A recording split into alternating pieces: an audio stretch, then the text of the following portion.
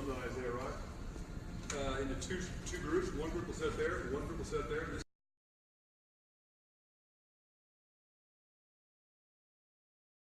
1930s up through 1940, you might be surprised to learn the United States of America provides 80% of the refined petroleum products on the planet Earth.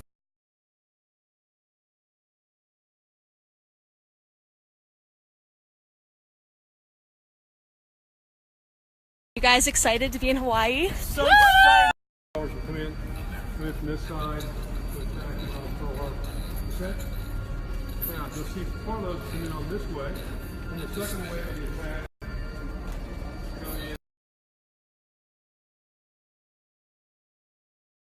Big field out here, which is covered in glass, bless you. It's covered in grass now, was an actual runway.